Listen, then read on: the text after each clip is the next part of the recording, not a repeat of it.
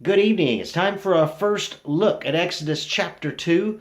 This evening, as we've started looking at the text, we discover that Christ is revealed in Exodus 2. As Moses is there in the bulrushes, we learn a lot about what God has already done even before Christ came to come and save his people. We'll take a look at that in just a minute. Look at this board behind me. This is a picture of all the different things little projects that we're working on here at Dayspring.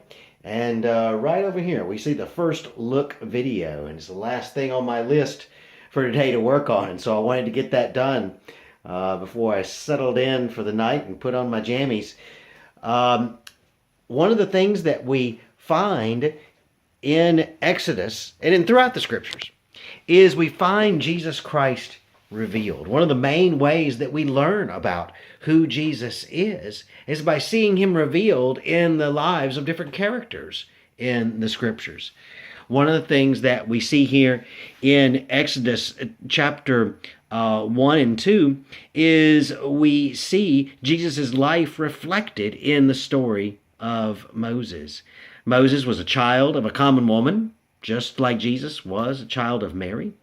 Moses grew up as the son of royalty, and Jesus grew up as a son of David as well.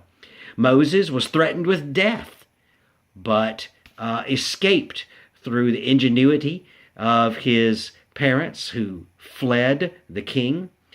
And both of Jesus and Moses were born while their nation groaned under slavery. And they also both were raised in Egypt.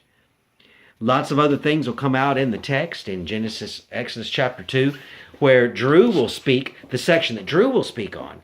He will be able to show us that when Moses grew up and was an adult, he saw two Hebrews fighting and tried to separate them, and they rejected him, even as Christ was rejected when he came to save his people in Israel. So there's so many parallels that we can't help but see Christ revealed and see our faith strengthened as we look at this story. Even though it is 1400 BC, it speaks so clearly of Christ's work, and we look forward to studying more and preaching through it this Sunday. And we look forward to seeing you there.